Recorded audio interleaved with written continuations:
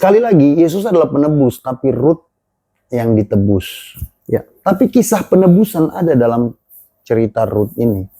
Paulus bilang bahwa kita ini orang asing. Kita ini goyim. Kita ini bangsa kafir. Yang gak layak dapat keselamatan. Hanya Israel yang mendapat keselamatan.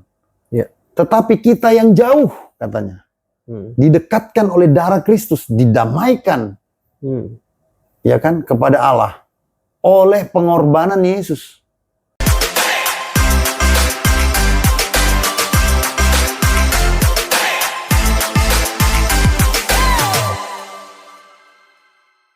Shalom, sahabat TFC dan sobat TFC dimanapun saudara berada. Kita jumpa lagi di ringkasan meditasi Alkitab di kuartal 2, di pelajaran ke-11 dengan judul Esther dan Ruth. Saudara selalu menantikan bagaimana podcast ini berjalan. Kiranya saudara tetap setia, mendengarkan, belajar Alkitab sama-sama sampai pada akhirnya. Di sebelah saya ada Pendeta Manuntun, Gembala Sidang TFC. Apa kabar Pendeta? Baik dan sehat walafiat. Kita siap mendengarkan firman Tuhan lagi. Amin. Di tengah minggu yang kita biar lebih panas lagi, roh kita dibangkitkan senantiasa. Amin. Jangan lupa saudara tetap stay tune sampai pada akhirnya kita live di studio Ulibana. Biarlah ini diberkati ya, dan saudara juga diberkati oleh penjelasan kami hari ini. Baik, Pendeta, ini judulnya di pelajaran 11 ini, kali ini yang di-expose ini adalah Esther dan Ruth. Berarti dua wanita yang bisa dibilang dipakai Tuhan. Berarti saya melihat pria dan wanita bisa dipakai Tuhan. Ya. Tidak ada perbedaan antara dua gender tersebut. Tuhan bisa memakai siapa saja gitu ya. Nah, Esther dan Ruth ini adalah bisa dibilang adalah kaum perempuan yang di masa dia hidup itu atau di zaman patriark itu mungkin bisa jadi adalah seseorang yang dipandang rendah atau tidak diperhitungkan atau bahkan cenderung diabaikan. Mungkin yang lebih dilihat adalah kaum pria ataupun para raja-raja tertentu di saatnya. Tetapi di sini Tuhan tidak terbatas untuk memakai siapapun. Nah, yang saya ingin tanya Pendeta, kenapa ini jadi bisa dibandingkan Esther dan Ruth? Kenapa nggak Esther sendiri, Ruth sendiri Pendeta? Pendeta ada punya sesuatu yang bisa dijelaskan? Apa karena ada kemiripan atau apa begitu? Ya, pelajaran kali ini membuat judul memang diarahkan kepada satu bentuk ilmu penafsiran disebut dengan tipologi. Tipologi itu adalah ilmu yang mengurai tentang kemampuan kita membaca suatu kisah atau yang kita klasifikasikan atau golongkan menjadi ada kesamaan, ada kemiripan, ada karakteristik, ada sifat dengan sesuatu. Itulah ilmu tipologi. Jadi menarik kalau kita belajar tipologi ini, bahkan sering sekali terjadi Tuhan memberi pesannya lewat tipologi-tipologi itu. Oke. Saya suka itu menggunakan itu. Tipologi itu kalau dipadukan dengan satu ilmu lain yaitu ungkapan sebetulnya.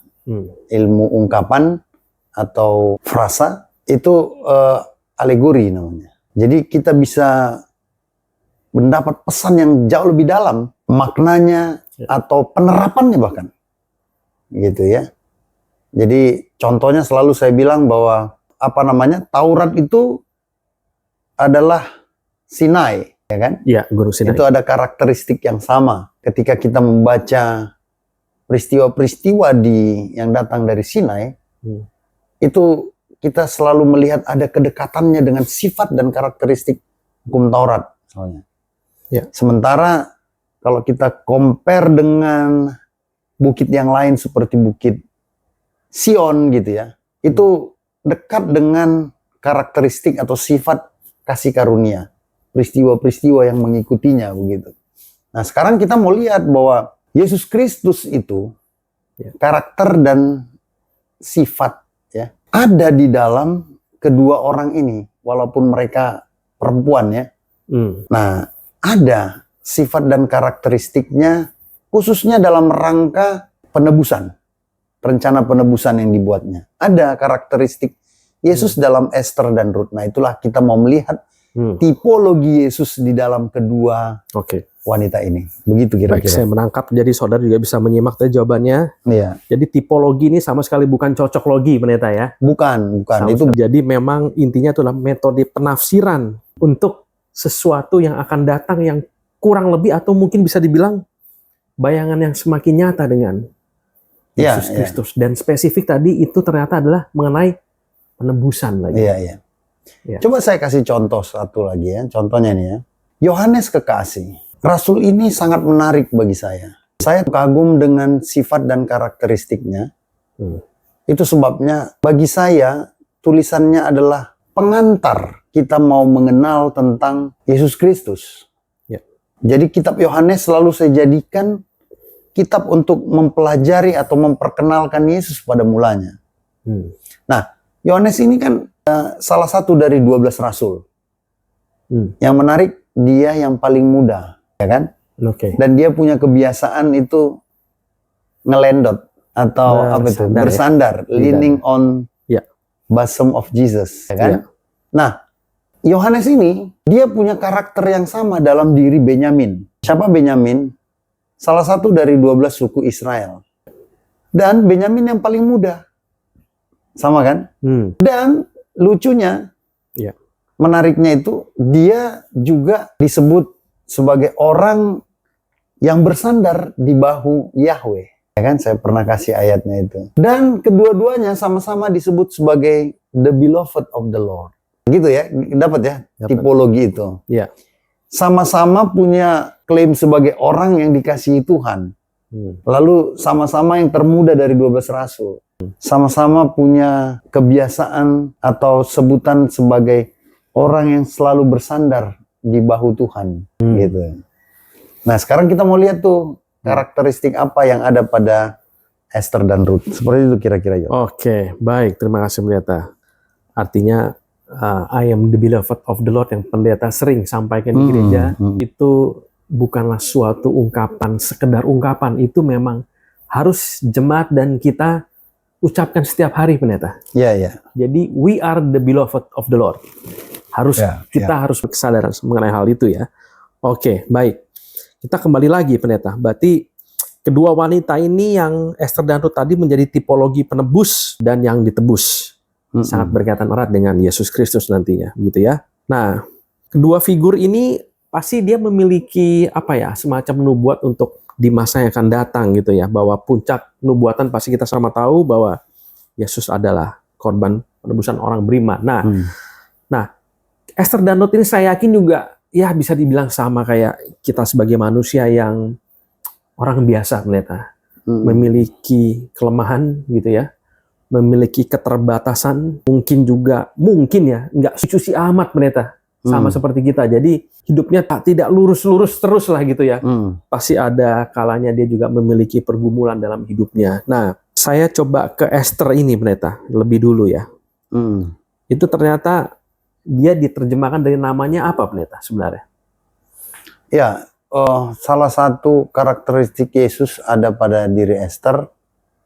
Boleh kita lihat dalam arti nama yang disematkan kepada Esther. Esther itu sebetulnya nama dia kan aslinya Hadasa, ya kan? Tapi Esther itu ya nama pemberian dari orang Persia, STR tuh. Jadi kalau pakai transliterenya itu orang Persia sebutnya star. Dari situlah kata dalam bahasa Inggris menjadi star, bintang. Ya kan? Nah, bintang. Jangan lupa, Yesus itu punya gelar sebagai bintang fajar. Wahyu 22 ayat 16 itu. Bintang kejora. Bintang timur. Kalau dalam bahasa Latinnya lux and vero. Dari situlah kata Lucifer. Ya, jadi Yesus itu nama lainnya Lucifer. Lucifer, nama lainnya. Ya, Lucifer artinya bintang kejora, bintang timur. Ya kan? Pembawa terang, light bearer, bisa disebut seperti itu. Jadi jangan terkacaukan dengan kalau saya bilang begitu. Itu dalam kitab-kitab bahasa Latin tuh Yesus tuh bintang kejora dalam Wahyu pasal 22 ayat 16 itu disebut Lucifer. Gitu. Karena Lucifer itu nama yang baik. pembawa terang, kan gitu. Iya. Tapi Lucifer dalam arti malaikat yang diciptakan itu jelas berbeda dengan Yesus, ya kan? Jadi Yesuslah terang itu sendiri, ya kan?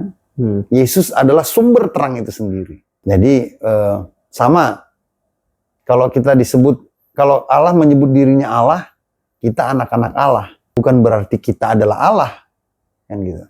Ya, jadi sebetulnya aslinya si pembawa terang atau sumber terang itu Yesus Kristus. Nah, iblis meniru, kan begitu. Jadi peniruan seperti ini jangan heran dalam dunia Ibrani kuno dan Yunani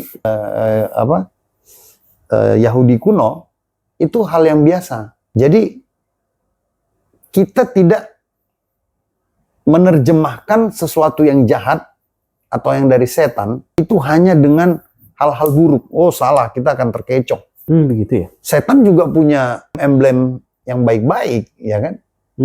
Contoh, Yesus disebut singa dari suku Yehuda. Setan pun disebut singa yang mengaum, iya, betul. ya kan? Yesus disebut sebagai ular. Ya. Oke, betul. Yohanes 12, ya kan? Sebagai ular tembaga. Tapi iblis pun disebut ular, ya kan?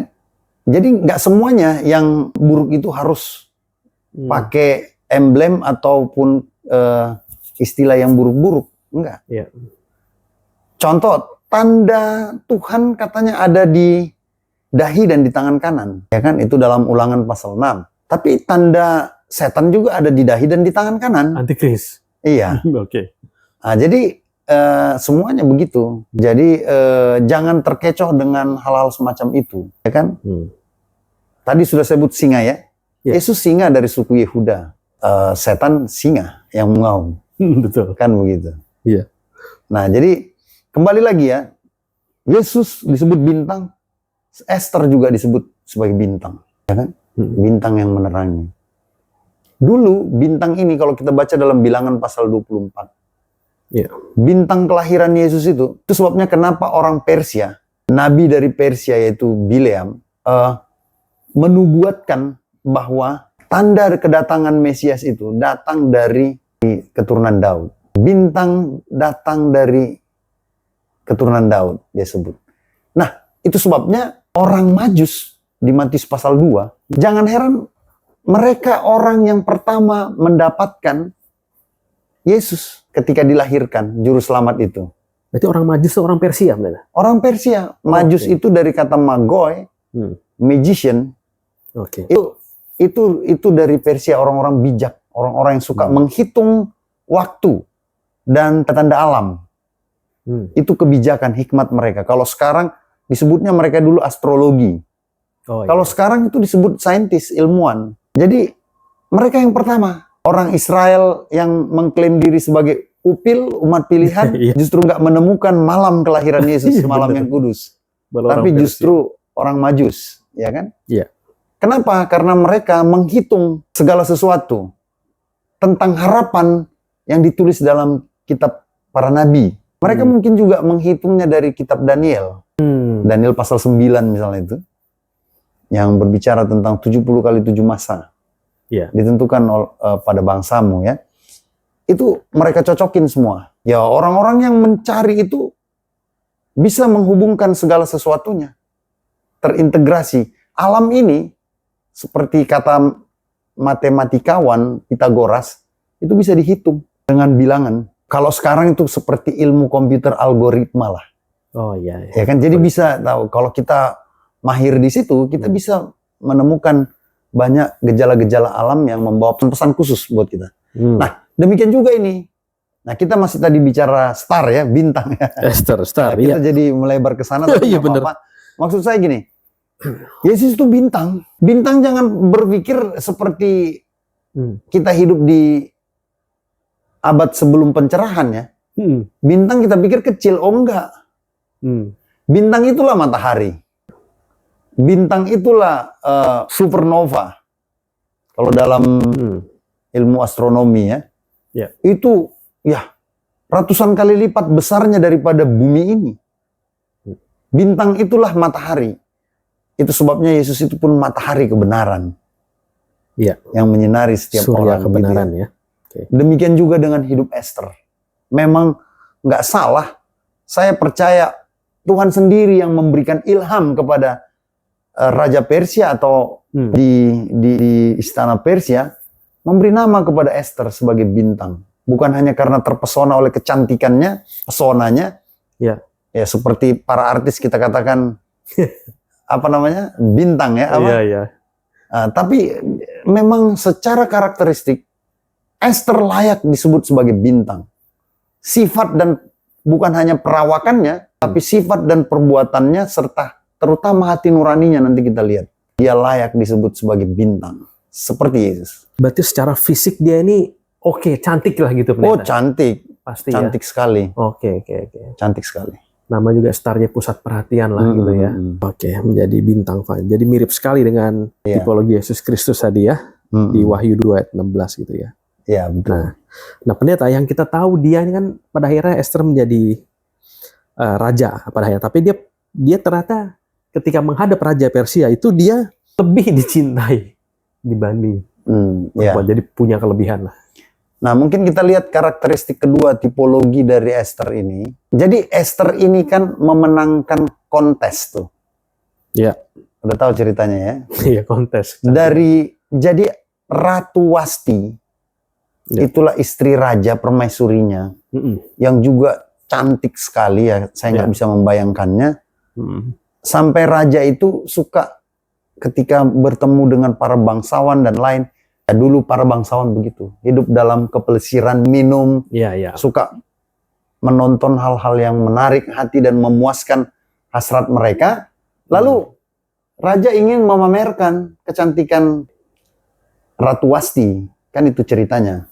Tapi waktu raja panggil Ratu Wasti untuk dipamerkan kecantikannya di hadapan para bangsawan dan orang-orang terhormat yang datang sebagai undangannya, dia nggak mau. Murka lah raja, murka sekali. Lalu digosok oleh punggawa-punggawanya, dia bilang, ini nggak bisa begitu.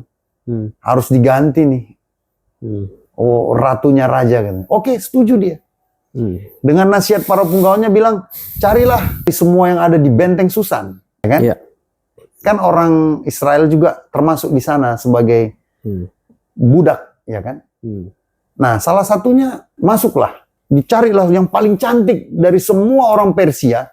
Tapi ini hanya untuk orang Persia. Ada seorang bernama Mordekai. Dia inilah yang mengasuh Hadasa. Yang mengasuh Hadasa untuk jadikan anaknya.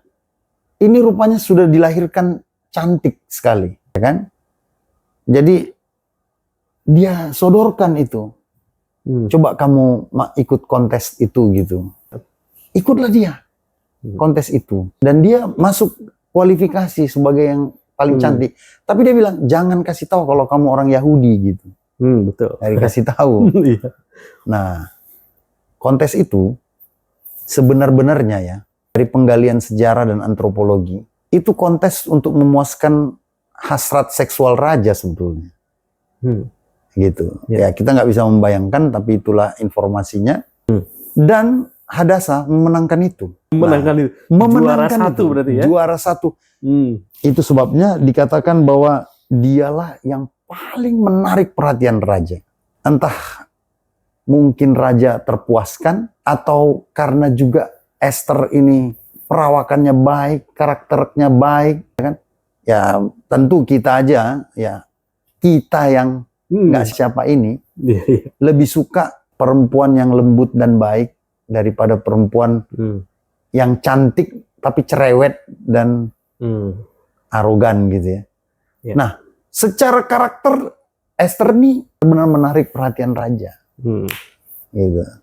Sehingga memang dialah yang paling berkenan di hati raja. Nah, sampai suatu ketika, singkat cerita ya, itu dibikin suatu acara supaya orang-orang menyembah raja. Tapi Mordekai, sepupunya ya, bapak angkatnya, nggak mau ikut menyembah. Dia punya kedudukan bagus juga di istana itu. Itulah yang bikin marah saingannya, namanya Haman. Marah sekali dia. Cemburunya kepada Mordekai. Lalu dia hasut raja. Supaya jadi bukan hanya Haman, Mordekai yang akan dibunuh Hmm. atau dibinasakan, tapi semua orang Yahudi.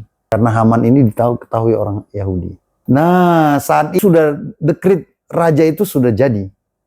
Tinggal eksekusi. Ya kan? Kalau begitu, digenosidalah seluruh bangsa Israel. Mati. Lihat ini. Disinilah peran Esther yang satu tipologi dengan Yesus. Berkatalah Mordekai, apakah kau mau membiarkan bangsamu itu dibinasakan? Karena serius ini. Dulu genosida itu hal yang biasa. Ya. Pembantaian massal gitu ya. Kau harus selamatkan umat. Bagaimana caranya? Ya kau harus menghadap raja. Nah, tetapi ada hukum di Persia yang pasti. Kalau dari istri-istrinya, bukan cuma istrinya, bayangkan, jangankan istrinya, jangankan orang lain, istrinya dan anaknya raja, siapapun itu, kalau datang tanpa dipanggil raja, itu hukumnya mati. Mati. Tapi disitulah dilemanya Hadasa atau Esther, seperti makan buah simalakama. Kalau dia nggak menghadap raja, maka dekret itu akan dilaksanakan mati. Karena dia tahu otak dari ide itu adalah Haman memang sadis, memang dia itu kejam, ya kan?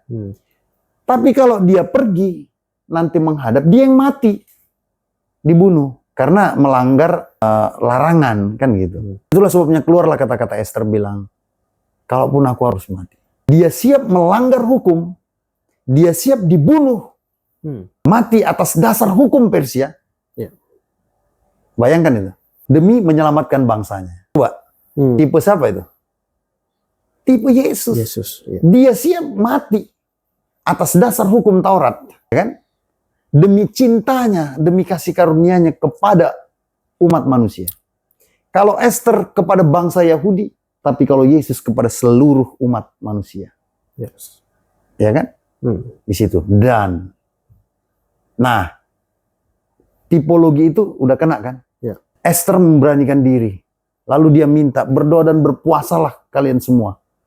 Supaya mendampingi aku. Nah, berdoa berpuasa ini adalah hukum Taurat. Mereka harus lakukan itu. Kalau mau berkenan di hadapan Tuhan, harus ada usaha. Itu dulu. Seperti itu. Jadi, ya, sungguh-sungguhlah meratap menangis. Esther pun siap. Tapi tahu ketika dia menghadap. Terkejut tuh raja. Terkejut raja, kenapa Hadasa datang? Kenapa Esther datang? Tapi karena dia yang paling dikasihi dari semua wanita yang ada di situ, dari para istri-istrinya, maka tongkat raja, kan, atau yang ada cincin meterainya, diarahkan langsung ditunjuk begini. Ini membebaskan. Jadi kedatangannya masuk menghadap raja sudah pasti akan dihukum mati. Tapi yang membebaskan kematian itu satu-satunya kalau tongkat meterai raja itu diarahkan kepadanya begini, ditunjuk begitu. Ya. Maka hukum kematian, kutuk kematian terlepas, ya kan? Ya. Nah sekarang Yesus Kristus adalah yang paling dikasihi Allah di seluruh jagat semesta. Allah menyebut, inilah anakku yang kukasihi, kepadanya lah aku berkenan. Mordekai, Ahasveros, Raja Persia juga bilang begitu kan. Ini istriku yang paling berkenan kan. Ya. Maka keselamatan menjadi bagiannya. Karena Yesus juga dikasih oleh Allah yang maha tinggi, ya kan, sebagai manusia. Walaupun dia sudah mati, maka roh Allah membangkitkan dia kembali, ya kan, menghidupkan dia kembali. Itu tipologinya. Tapi nekatnya Esther, ikhlasnya Esther, siapnya Esther, lahir dan batinnya untuk mati, sama seperti Yesus. Siap. Doa mereka pun hampir sama. Seandainya bisa dijauhkan itu semua, dijauhkanlah daripada Esther. Demikian juga Yesus. Kalau bisa cawan ini berlalu daripadaku, berlalulah. Ya. Tapi tetap kemauan mereka selalu tunduk di atas kemauan Allah. Inilah tipologi yang luar biasa, ya kan? Nah, saya mau bilang sebetulnya percikan-percikan ilahi, karakteristik ilahi seperti itu bisa loh timbul di dalam diri kita. Menjadi orang yang dikasihi dan bisa menjadi mediator, menjadi berkat, menjadi penyelamat bagi orang lain. Kalau kita nggak punya kerinduan, percikan tipologi Yesus Kristus dalam diri kita, maka sia-sialah iman kita. Gitu ya. Ya. Yang penting kita sadari pendeta, ada percikan-percikan dalam hidup kita. Kita bisa dimampukan itu. Oke.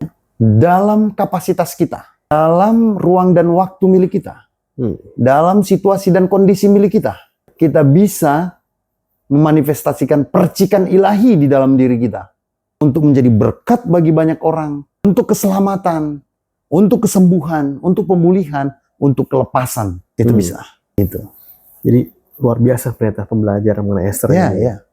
Jadi dia ketahuan ya kalau dia bukan orang Persia asli ya. Bukan. Dia orang Yahudi, dan Haman itu yang membocorkan kepada raja. Dan tujuan Haman adalah ketahuan, hukumannya adalah mati supaya bangsa Israel.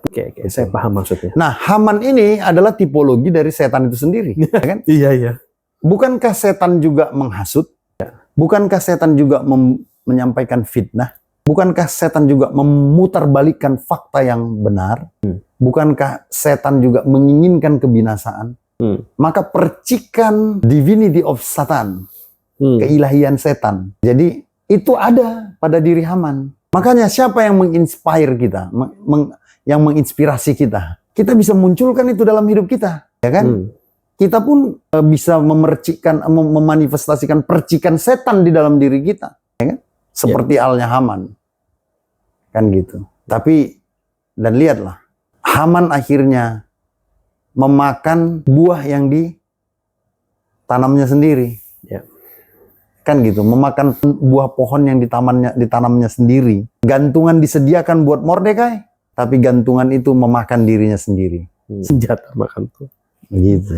Luar biasa. Jadi intinya Esther ini mendapat kasih karunia Allah. Jadi dia tidak jadi dihukum ya. Oh iya. Itu kasih karunia Allah. Bukan hanya ke Esther, kepada bangsa itu. Harusnya dihukum. Yes. Dan bangsa Israel juga harusnya mati. Iya. Tapi kasih karunia Allah ada. Betul. Gitu ya. Harusnya memang Esther itu mati oleh tuntutan hukum. Iya. Hukum Persia itu ya. Tapi tongkat tongkat Ahasveros. Ya, Raja Persia. Itu yang menjadi meterai pembebasan, melepaskan dia. Itulah kasih karunia. Tongkat itu atau gada, tongkat dengan gada itu sama ya. Itu adalah firman Tuhan, ya kan? Ya, itulah logosnya ilahi yang mendatangkan keselamatan, yang memberikan kasih karunia, yang memberikan berkat. Padahal harusnya tongkat itu untuk menghukum pendeta ya. Ya, Tuhan balikan. Jadi tongkat itu memang untuk menyelamatkan. Menyelamatkan. Ya, sama seperti tongkat atau gada Tuhan, ya kan, itu tongkat keselamatan. Gada Tuhan itu adalah metafor untuk firman-Nya yang hidup, yang menyelamatkan. Seperti itu. Nah, jadi pemirsa pasti melihat bagaimana kita mengekspos hidup Esther, artinya pasti saudara dan saya juga memiliki kurang lebih story yang mirip-mirip lah pendeta ya. Yang saudara seharusnya dihukum secara pasti oleh karena saudara melanggar hukum misalkan. Tapi ternyata saudara tidak dihukum. Atau bahkan diluputkan pendeta. Diputar balikan. Semua karena pekerjaan. Betul. Siapa lagi? Betul. Gitu ya. Itulah kasih karunia. Inilah Esther ya. Ya. Baik pendeta. Saya coba ke next ya berarti ya. Berarti itu adalah sekilas tentang hidup Esther yang merupakan tipologi Kristus sang penebus, benar ya? Saya mau ke berikutnya, wanita hebat lainnya yang Tuhan pakai. Apa tidak ada lagi dari Esther mungkin? Ini kan ada sebetulnya. Itu dalam contohnya Esther 4 ayat 16 ya saya lihat ya. 4 ayat 16. Coba ya. Boleh tambahkan. Ini tadi dia. Udah saya singgung juga tadi ya. Esther mengajak seluruh orang Yahudi untuk berpuasa selama 3 hari. Jadi itulah hari-hari pergumulan mereka. Seperti halnya Yesus di Taman Getsemane meminta murid untuk berjaga-jaga, berdoa. Dia tahu udah waktunya sudah dekat nih. Itu malam dia diserahkan itu, dia butuh dukungan. Yesus dalam kemanusiaannya yang nggak bisa membayangkan kematian oleh karena tuntutan hukuman dosa itu, juga menjerit kemanusiaannya. Dia minta dukungan kepada murid. Ayo berdoalah. Daging memang lemah, tapi roh penurut. Berdoalah dia bilang. Tapi dia dapati murid tidur. Ya, betul. Ya kan? Esther begitu juga, dia minta dukungan. Berdoalah buat aku, gitu. Inilah tipologi Mesias dalam diri Esther. Dan ini bisa kita aplikasi dalam hidup kita. Supaya kita memberi dukungan kepada para pemimpin, kepada para pengambil keputusan, kepada yang punya otoritas, supaya kita beri dukungan. Ternyata otoritas itu, jabatan itu, kekuasaan itu, nggak seperti yang kita bayangkan akan membuat mereka nyaman selamanya. Orang yang paling hebat ternyata butuh dukungan orang yang paling lemah. Ya, di titik terendah mereka, ternyata para pimpinan siapapun yang ada di dunia ini butuh dukungan orang yang lemah seperti kita. Kalau kita mengerti, ternyata yang kita taburkan, yang sedikit yang kita taburkan, peran kita kepada orang yang paling kuat itu nanti akan kita tuai juga rupanya. Kalau kita beri dukungan kepada pemegang otoritas, kita beri dukungan kepada orang-orang yang mengambil keputusan, maka keputusan itu balik kepada kita. Bisa menjadi hal yang baik bagi kita. Ini yang harus kita sadari, ya kan? Iya. Itu menjadi pesan penerapannya. Oke, itu Baik, pendeta. Jadi seperti hukum timbal balik, pendeta ya. Ya. Jadi orang kuat juga perlu didukung. Perlu. Tidak hanya orang yang di bawah lah, bisa Iya. gitu ya. Oke. Mari kita lanjut ke next pembahasan, pendeta ya. Iya. Oke. Next adalah Ruth, pendeta. Iya. Dia dipakai Tuhan juga. Dan pasti adalah tipologi Tuhan Yesus Kristus terekspos juga di sosok Ruth ya, pendeta. Iya. Benar ya? Oke. Yang pasti dia bukan penebus gitu ya. Bukan. Benar dia yang ditebus. Justru dia ditebus. Oke. Hmm. Dan ditebus oleh justru suaminya yang kedua. Karena yang pertama pendeta sampaikan tadi awal sudah meninggal gitu ya. Ya, suaminya sudah meninggal. Kilion, oke. Iya. Mertuanya Naomi. Ruth ini adalah orang Moab, orang asing. Yes, bukan orang Yahudi ya. Oke. Bukan orang Yahudi. Jadi dia ditebus. Ditebus oleh kerabatnya sendiri. Ini ada hukum Taurat yang mengaturnya bahwa Naomi harus ditebus oleh kerabat yang paling dekat. Padahal dia bukan orang Yahudi, berarti. Tapi hukum Taurat juga di sini berlaku. Oh ya, karena dia menggabungkan diri kepada orang Yahudi. Dia kan sudah menjadi suami. Sebetulnya dia sudah bebas tadi. Ketika suaminya mati, dia bebas dipersunting oleh siapapun. Dia bebas meninggalkan keyahudian sebagai warisan dari suaminya atau meneruskannya, dia bebas. Nah, tapi dia memilih karena dia sudah mengenal Tuhan Israel.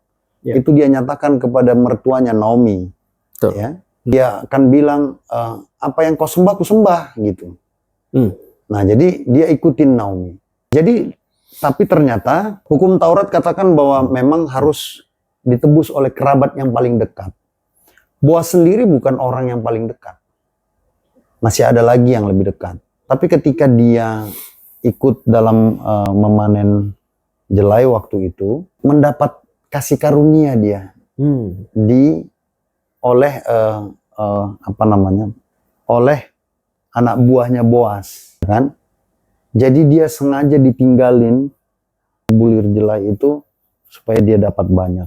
Sampai dia pulang, dia bilang sama mertuanya, dapat hasil yang banyak. Dari mana kau ambil ini? Dari ladang Boaz. Oh, itu juga kerabatmu loh.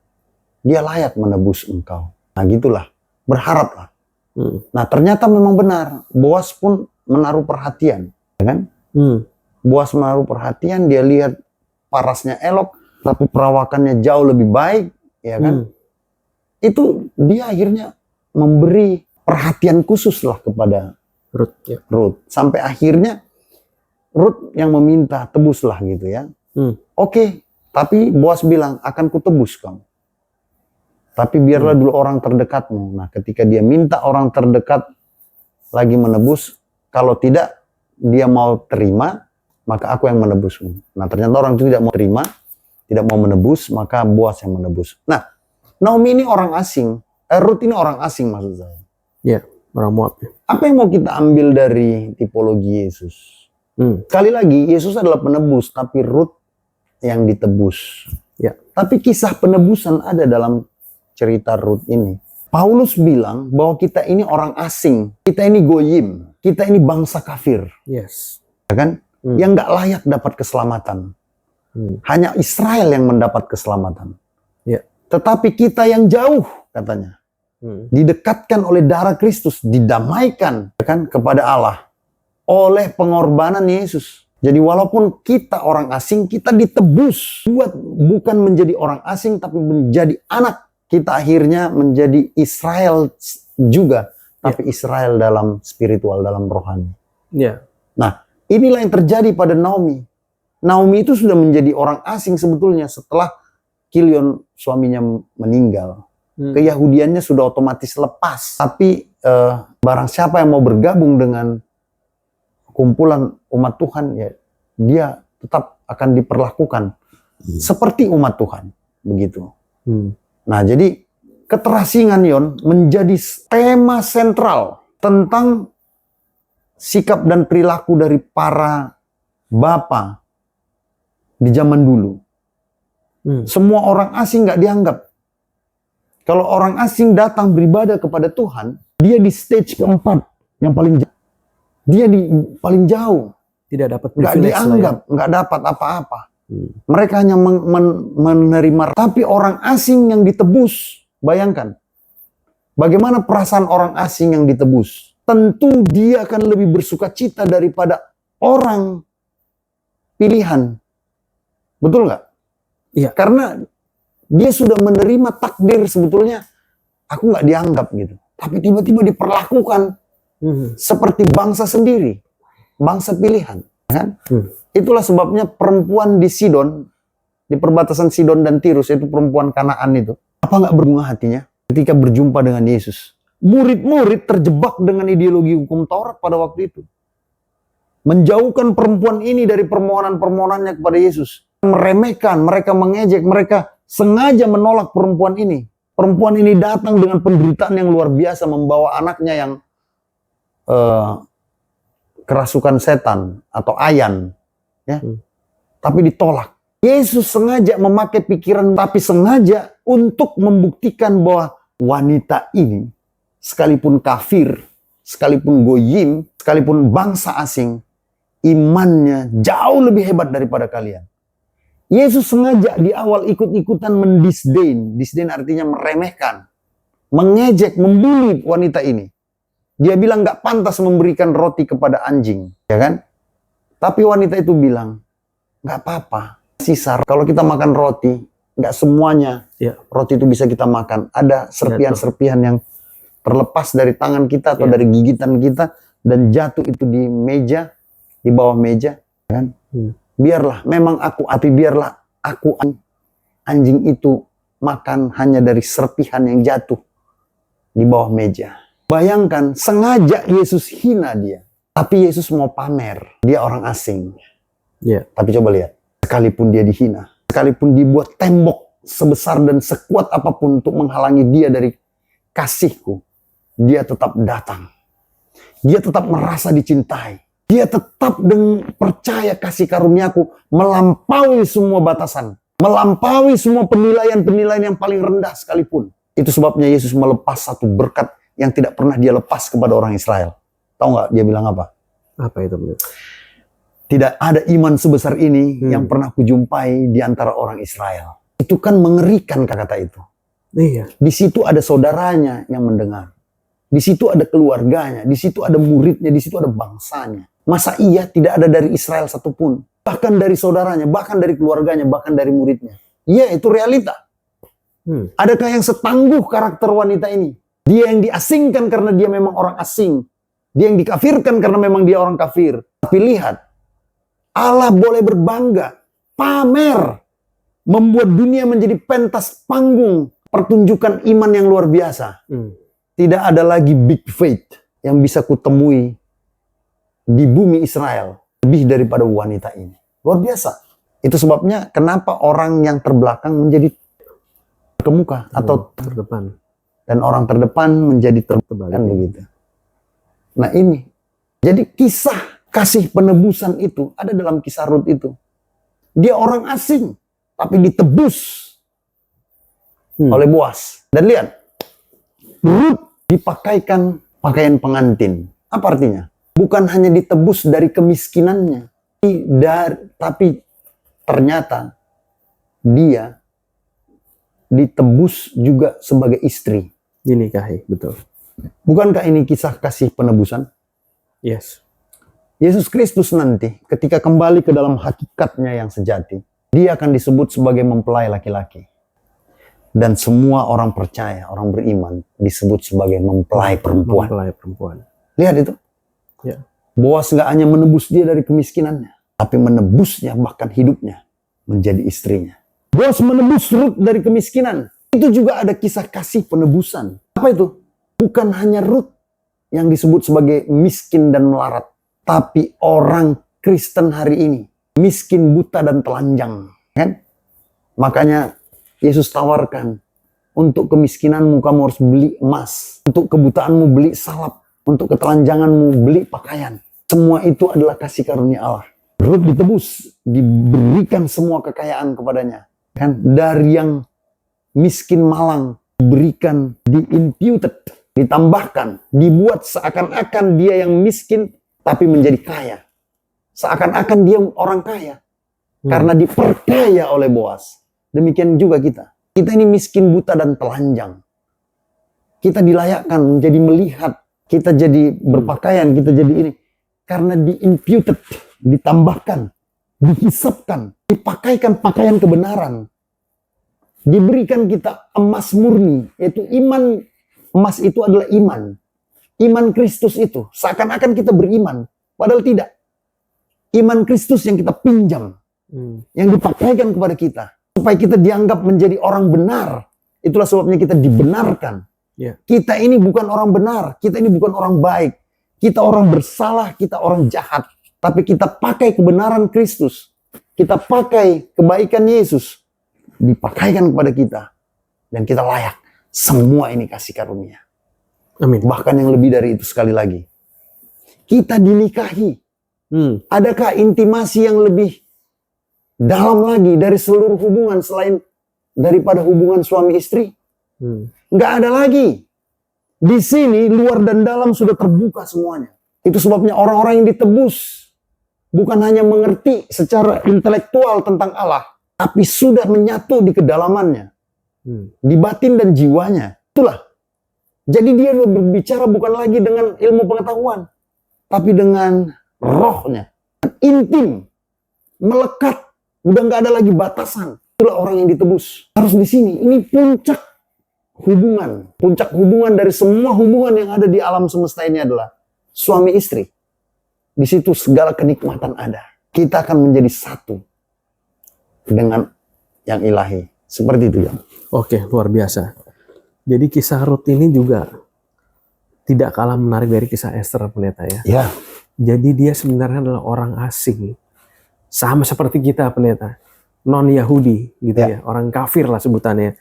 Gentile gitu ya. Dan kita tidak layak mendapatkan keselamatan itu. Nggak layak. Sama juga seperti Rut. Orang asing kok. Pasti kan mendapat privilege ya. Umat pilihan dong pasti. Betul. Yang itu lebih yang dulu. didahulukan. Prioritaskan Tapi harusnya. ternyata cara Tuhan memandang bagaimana hidup dan juga keabadian nantinya itu berbeda dengan jauh dengan Betul apa sekali. yang kita, bahkan sebijaksana apapun manusia nggak pernah kepikiran itu. Nggak pikiran. Jadi ternyata Rut ditebus dan bahkan diangkat. Menjadi istri. Yang tadinya dia orang hina nih pendeta. Yang tidak dipandang pun enggak. Tapi mungkin kebetulan para selok juga gitu ya. Ya. Jadi dia diangkat.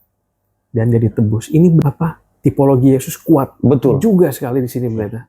Itulah orang dulu pun sebetulnya sudah melihat bagaimana kasih karunia Allah bekerja untuk mendatangkan keselamatan. Iya.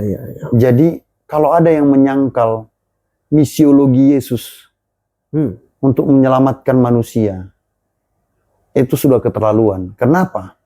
Karena manusia seperti Boas, seperti Rut, seperti Mordekai, dari tiga orang ini tipologi penebus ya. Itu saja memungkinkan. Iya. Apalagi Yesus Kristus yang memang dia inkarnasi dari keilahian itu sendiri. Yes. Jadi siapa bilang cerita penebusan di dalam diri Yesus itu mustahil, dan itu banyak orang bilang itu dongeng atau hal yang dibesar-besarkan atau itu propaganda dari muridnya. Enggak. Ya. Kecuali itu mustahil dilakukan. Mungkin itu bisa jadi propaganda. Ada geopolitik yang mungkin berlangsung seperti yang diklaim oleh banyak orang-orang yang skeptik ya, yang didasarkan oleh ilmu pengetahuan sekular ya. Itu memang disebut bahwa itu propaganda murid-murid bahwa Yesus Kristus itu adalah dianggap sebagai yang ilahi. Loh, orang-orang biasa aja bisa lakukan itu. Baru ini itu anak yang dikeroyok, anak kecil itu yang dikeroyok sampai meninggal oleh teman-temannya anak kecil juga. Itu Yon, terganggu jiwa saya. Terganggu apa? Sakit sekali hati saya. Langsung membayangkan, waduh, papanya kehilangan anaknya. Ampun Tuhan. Saya masih itu menangis sampai 2 hari. Karena muncul lagi di beranda media sosial saya. Yang bikin saya itu menangis sampai sejadi-jadinya itu adalah karena ayahnya dengan tenang memberi maaf dan pengampunan kepada anak-anak yang telah membunuh anaknya. Itu baru minggu lalu. Dia nasihati, jangan begitu. Aduh, tenang sekali. Saya kaget bisa dia mengampuni itu. Jadi dulu saya pikir memang itu hal yang mustahil. Ada orang yang tidak bersalah, orang yang selalu berbuat baik, orang yang memberkati, orang yang menyembuhkan, orang yang membawa makanan, orang yang menolong, lalu siap dipersalahkan, siap dihukum, siap digantung, disiksa sampai mati. Saya pikir itu dongeng. Saya pikir itu cuma dibesar-besarkan. Tapi ternyata percikannya banyak terjadi di muka bumi ini. Itu baru yang saya tunjukkan baru minggu lalu. Kisah-kisah yang lain banyak sekali bertaburan. Itu sebabnya saya percaya apa yang dilakukan Allah melalui Yesus Kristus. Ya, itu bisa terjadi. Apa yang pendeta tidak bisa bayangkan, ternyata ada faktanya. Ada. Itu. Iya. Jadi dulu cerita tentang, ini contoh ya, contoh lagi tipologi ya. Dulu cerita tentang Yunus ditelan ikan. Ya. Itu kan hampir menggelikan 3 hari lalu ini. Iya benar. Loh, tahun 1985 ada orang yang ditelan ikan. Namanya James Barley atau apa itu ya. Nanti saya bisa dapat lagi ininya. Boleh dilihat di YouTube. Itu juga ditelan ikan besar. Bahkan lebih lama lagi dari Yunus. Dan hidup selamat dimuntahkan kembali ke tepi pantai. Artinya ternyata itu memungkinkan gitu loh. Jadi selama ini saya selalu memperhitungkan dari mungkin atau tidak mungkin. Karena saya dulu itu sangat berkiblat kepada hukum alam. Oke. Ya kan, ilmu pengetahuan. Ternyata di alam roh segala sesuatu bisa mungkin. Segala sesuatu bisa mungkin. Ya, begitu kira-kira. Wah, ini pemirsa, ini pasti pembahasannya cukup daging banget nih pendeta. Jadi ini nih intisarinya bahwa kisah-kisah yang mungkin tidak terekspos di dunia zaman sekarang yang kita hidupi ini banyak yang di luar nalar kita. Sulit kita terima dengan akal sehat gitu ya. Betul, itu bikin kita nggak percaya. Iya, tapi ternyata dia memaafkan. Iya. Padahal kalau itu di pihak kita mungkin kita perlu waktu. Aduh. Wah, saya nggak bisa bayangin. Jauhlah Tuhan dari saya itu. Iya, gila itu. Saya sampai sekarang sakit hati. Iya. Sakit sekali nih dada mengenang berita itu. Muka si bapak itu saya nggak kuat. Tegar dia, ikhlas sekali benar. Kalau bukan dari Tuhan tuh nggak mungkin dari kekuatannya sendiri. Oh, udah pasti benar. Iya. Itu luar biasa. Pasti saudara juga pernah mengalami atau mungkin melihat kejadian di internet atau lain sebagainya yang saudara merasa, wah saya nggak mampu. Tapi ternyata ada yang mampu. Siapa lagi yang bisa memberi kekuatan itu kalau bukan Tuhan? Betul. Luar biasa ini pendeta. Jadi ini pembelajaran malam ini cukup asik kita pelajari tipologi dan lain sebagainya. Merefleksikan siapa Tuhan, yaitu dia Maha Pemurah, Maha Pengampun, dan apa yang di pikiran kita tidak sama dengan apa yang di pikiran Tuhan. Luar biasa pendeta ya. Baik. Baik, di sini saya coba cek lagi. Oke, baik. Intinya pendeta, dalam kisah Rut ini bisa dibilang Yesus telah menebus dan membebaskan kita juga dari kutuk hukum Taurat berarti. Sama seperti 2. Ya, betul. Pembahasan kita malam ini gitu ya. Ya. Di hari ini maksudnya. Jadi memang tuntutan itu harus ada yang berkorban dulu. Ya. Jadi ada penebus dan ada yang ditebus. Ya. Jadi dua pihak nih, penebus dan yang ditebus. Betul. Dan Itulah dalam kisah ini kisah kasih penebusan. benar-benar terekspos ya, Ya. dengan judul meditasi Alkitab ini yang sangat baik sekali gitu ya pendeta. Betul sekali. Baik pendeta, ini tidak terasa sudah kurang lebih sejam. Silakan pendeta, bila mana ada yang ingin dibuat menjadi kesimpulan, nanti saya akan summarize sedikit paling ya. Ya, kesimpulannya adalah mari kita belajar percaya bahwa ada percikan ilahi tentang kisah kasih penebusan yang terus berlanjut. Percikannya ya, manifestasinya. Semata-mata tujuannya untuk membuat kita percaya bahwa memang itu memungkinkan. Jadi bukan hanya di masa lampau kepada Esther dan Ruth, Ya. tapi di zaman kita sekarang. Jadi itu sebabnya kenapa kita perlu jiwa ini menjadi penentu kita mengerti nanti atau menerima segala hal yang mustahil sekalipun yang datang dari pihak Allah. Karena halangan kita adalah rasionalitas kita, intelektualitas kita, ilmu pengetahuan, dan banyak informasi yang luas dan mendalam. Sehingga membuat kita menolak apa yang sebetulnya yang Tuhan sedang rancang pada kita. Tapi saya mau katakan pada kita semua, yuk pakai iman kita. Pakai iman kita. Bahwa segala sesuatu yang dilakukan Allah dari zaman purbakala hingga sampai sekarang dan masa yang akan datang itu benar terjadi dan memungkinkan demi kesejahteraan dan keselamatan kita. Tuhan memberkati. Haleluya. Baik, pemirsa, saya sedikit summarize lagi. Kisah tentang Esther tadinya adalah seorang Yahudi yang harusnya dia mendapat hukuman. Dan bangsa Israel juga harusnya mendapat hukuman. Hukumannya adalah kepunahan, genosida. Tetapi kasih karunia Allah datang on time. Sehingga dia tetap hidup dan dia menyelamatkan bangsanya. Kisah Ruth adalah orang asing. Dia adalah orang asing. Sama seperti kita, orang asing. Tetapi orang asing pun tetap diperhitungkan oleh Tuhan. Bersama iman. Kita orang asing yang memiliki iman. Dan pada akhirnya Boas menebus dia, dan pada akhirnya dinikahkan. Itu suatu gambaran bagaimana hubungan kita dengan tipologi Yesus Kristus. Artinya dua perempuan ini adalah tipologi Yesus Kristus. Dan saudara jangan lupa, semua peristiwa di perjanjian lama ujungnya adalah suatu bayangan yang sudah datang. Yesus Kristus wujudnya. Dan di hari ini saudara dan saya hidup di zaman modern, itu akan berlanjut ternyata. Terus. Itu akan, tipologi itu akan berlanjut ke hidup saudara dan juga hidup saya. Biarlah saudara tetap mempunyai iman dan bukalah hati, pintu hati saudara untuk menerima bahwa segala sesuatu yang baik atau yang bahkan yang buruk itu belum endingnya. Tuhan punya rencana buat saudara dan juga saya. Baik, luar biasa. Baik, pendeta bisa tutup dalam doa di meditasi Alkitab. Kita berdoa, kami mengucap syukur karena Engkau begitu baik. Rahmat-Mu nyata di dalam kehidupan kami, berlimpah dan tidak berkesudahan.